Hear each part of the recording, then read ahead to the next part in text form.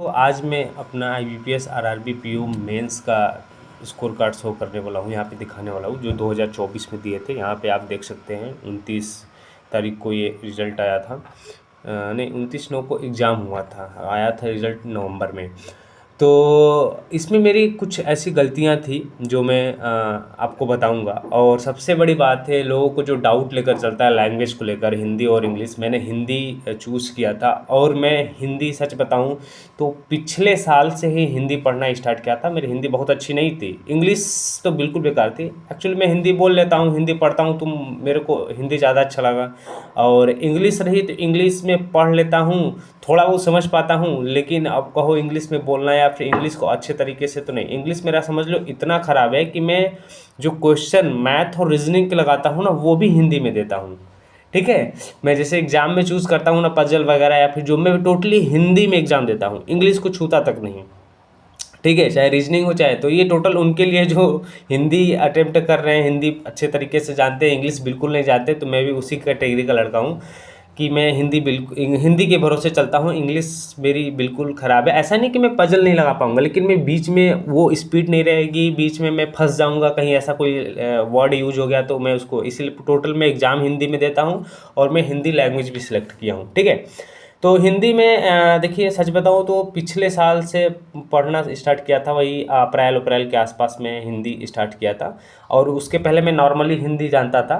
तो ज़्यादातर मैं हिंदी में, देखो मैं बता दूँ तो रीडिंग करता था। और उसके बाद AI जो होता है नहीं, AI से मैं पजल वगैरह, वो पैसेज वगैरह उसको कहता था, हाई लेवल पजल बना, पैसेज बना कर दो, रीअरेंजमेंट क्वेश्चन दो, ये सब चीज़ें ऐसे करके देता था। और मैंने हर साल का वीडियो देखा था, बट मेरे कुछ अच्छे स्कोर नहीं आए हिंदी में। लेकिन जो भी है, मेरी गलती कहाँ हुई थी मेंस में, वो मैं, क्योंकि मैं हिंदी को कभी लेकर चला ही नहीं था। मैं हिंदी में हमेशा सोचता था कि 12-13 नंबर मेरे हिंदी में आएंगे।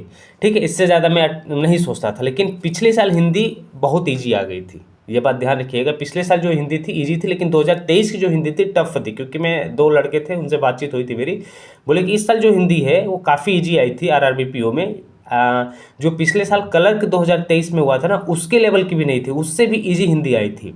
ठीक है, तो हिंदी इस बार इजी आ गई थी, इसलिए मेरा स्कोर वालों में जब टफ था तो 12-13, इस बार भी कोई ज़्यादा नहीं है। मेरी गलती हुई थी रीजनिंग में।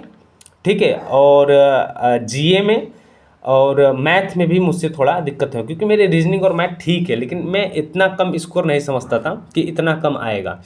तो सबसे पहले मैं आपको स्कोर दिखा देता हूँ, उसके बाद मैं एक्सप्लेन करता हूँ कि एग्ज़ाम में मेरी गलती क्या हुई थी। आपके साथ भी ये ना हो, इन चीज़ों को ध्यान रख के जाइएगा। तो ये मेरा स्कोर कार्ड है। ये जो आप रीजनिंग देख रहे हो ना, रीजनिंग 10.25 है, मैंने अटेम्प्ट किया था 40।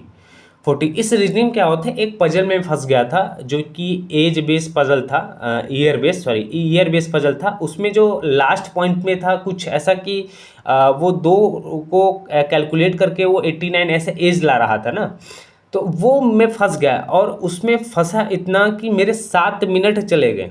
सोचो, उसमें मैंने एक क्वेश्चन नहीं किया, मेरे 7 मिनट गए थे। मुझे याद है अच्छी तरीके से, मैंने पहला मिसलेनियस क्वेश्चन किया था और दूसरा इसी पजल में गया था, इस एज बेस पजल में, और शुरू के 7 मिनट चले गए मेरे। सोचो, अब मैं ये सोचता हूँ कि यदि वो 7 मिनट ना जाते मेरे, तो वो पजल छोड़कर मैं किसी और पजल या फिर मतलब मैंने पजल, एक पजल और छोड़ा था, दो पजल छोड़े थे, वो एज वाली छूट गई, ईयर वाली छूट गई, वो हो नहीं पाया। प्रेशर की वजह से वो मैं कैलकुलेट नहीं कर पाया। दूसरा वो था, एक लाइन में था, मतलब 2 रो में थे, शायद 5 या 6 ऐसे थे, याद नहीं है, काफ़ी दिन, 1 साल हो गए लगभग। तो वो वाले पजल थे, साथ में कुछ एज वगैरह था या नंबर वगैरह था, वो दो छोड़े थे। और उसकी जगह मैं यदि चला गया होता क्या कहते हैं, इनपुट आउटपुट में, तो वहाँ पे मैं स्कोर कर लेता, और क्वेश्चन थे उसको मैं कर लेता। तो यार मैं ये कहता हूँ कि रीजनिंग में देखो, जिस हिसाब से मेरे रीजनिंग में स्कोर आते हैं, उस हिसाब से मैं कहता हूँ रीजनिंग में लगभग 22-23 अटेम्प्ट में ईजिली कर लेता, यदि वो 60 मिनट ना जाते। यदि मैं वहाँ पे थोड़ा सा रिलैक्स होकर कर लेता ना, तो वो मैं अटेम्प्ट कर लेता, तो 49-90 अटेम्प्ट हो जाता। अब यहाँ पे चूंकि देखिए 40 अटेम्प्ट किया था, मेरे 3 गलत हुए थे। ठीक है, कंप्यूटर मेरे 70.25 थे। मैंने कंप्यूटर मैं से जून में पढ़ना स्टार्ट किया था। उसके पहले बेसिकली नॉलेज लैपटॉप से जो चलाता फलाता, तो वही मुझे याद था कंप्यूटर। लेकिन मैं जून में पढ़ाई किया था, तो वही उनका क्या नाम है, वो अरोड़ा सर है ना, उनका पेड कोर्स लिया था। तो उसमें मेरे ये 70.25, इसका हाफ कर लेंगे, उतना आया था। जर्नल्स, ये जो जनरल अवेयर्स ने इसने गेम खेल दिया मेरे साथ।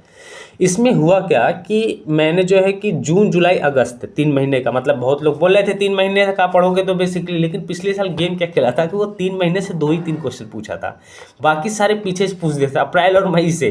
ज़्यादातर क्वेश्चन अप्रैल और मई से, जून जुलाई अगस्त में आप देखना 1-2 क्वेश्चन उठा कर दिया था।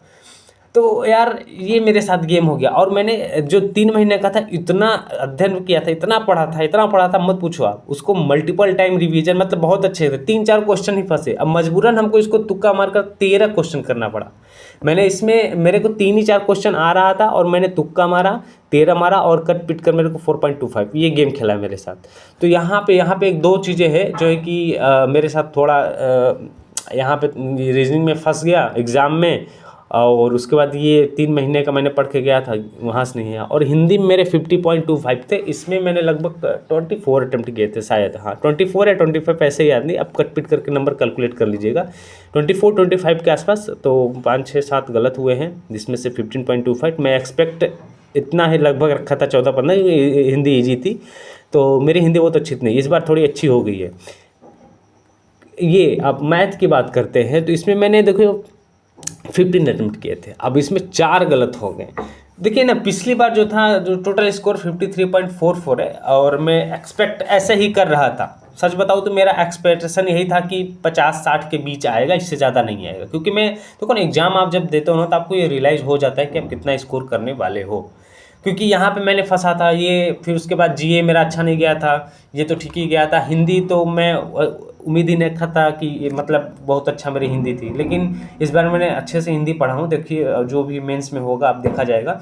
लेकिन एक चीज़ों को ध्यान रखिएगा एग्जाम में, पहली बात जो ऐसा क्वेश्चन मत उठा लेना, मैथ हो चाहे रीजनिंग, कि आप फंस जाओ वहाँ पे। अब देखो मैथ में, देखो मैं फिर फंसा था, मैथ में जो कैलकुलेट दिया था उसमें मैंने 6 मिनट फंस गया था, लेकिन काफ़ी क्वेश्चन कर लिए थे हमने। 6-7 क्वेश्चन करने के बाद मैं कैशलेट डीआई पे गया था, और याद नहीं आ रहा, कुछ ऐसे 3-4 नंबर का था, उसमें 6 मिनट मेरा उसमें चला गया था, और एक नंबर भी नहीं पाया उसमें। जब आया ना एक्स वाई करके रहा था, आया ना, तो मुझे दिमाग में आया कि हाँ मैंने गलती कहाँ की थी, तब समझ में आया गलती। और उसमें मैं नहीं, बहुत सारे लड़के फंसे थे। लेकिन मैथ में यदि देखा जाए जिसका अच्छा है, तो यदि मेरा वो 6 मिनट जाते तो मैं 20 क्वेश्चन कर सकता था, 20, 18, 19, 17, 18 के आसपास मैं मैथ में कर सकता था। अब जो गलत हो गया उसके बाद में, मेरी पिछले साल मैं मॉक टेस्ट देता तो मेरी एक्यूरेसी भी उतनी अच्छी नहीं रहती थी, ये मुझे पता है। तो मेरे ये मेंस का स्कोर है 53.44, और इस बार का देखते हैं, कट ऑफ 68.13 था।